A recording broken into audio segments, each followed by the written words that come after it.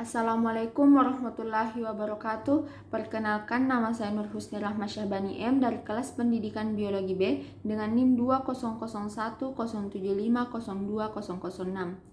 Kita sama-sama telah mengetahui bahwa sudah 1 tahun lebih di mana bangsa kita Indonesia terpapar suatu penyakit yang mematikan, yang penyebarannya sangat cepat dan tanpa kita ketahui dan sadari, yaitulah corona atau yang biasa disebut COVID-19. Tentu saja tahun-tahun ini menjadi tahun menyedihkan bagi bumi pertiwi kita. Pasalnya banyak sekali dampak besar yang kita rasakan akibat penyebaran virus ini, dari mulai banyaknya kasus PHK yang terjadi. Sistem pendidikan yang harus mengalami penyesuaian dengan kondisi sekarang, sampai tingkat perekonomian negara yang mengalami penurunan drastis akibat wabah penyakit ini. Namun bangsa Indonesia tidak diam begitu saja. Ada pahlawan-pahlawan bangsa yang berjuang melawan wabah virus ini. Tidak dipungkiri, para tim medis mengambil ahli. Namun bangsa Indonesia tidak diam begitu saja. Ada pahlawan-pahlawan bangsa yang berjuang melawan wabah virus ini. Tidak dipungkiri, para tim medis mengambil andil besar dalam perjuangan melawan wabah virus ini. Para tenaga medis yang setia merawat dan menjaga pasien-pasien yang terpapar hingga sehat dan bisa kembali berkumpul dengan keluarga mereka.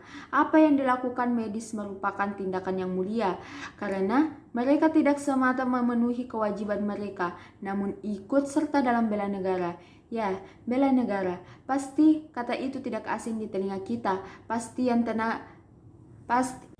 Pasti yang kita pikirkan di benak kita adalah para TNI dan Polri yang harus terjun dalam tindakan bela negara secara fisik. Namun kita sebagai warga negara juga bisa ikut serta dalam usaha bela negara, seperti diam di rumah, memakai masker, dan menjaga jarak di keramaian.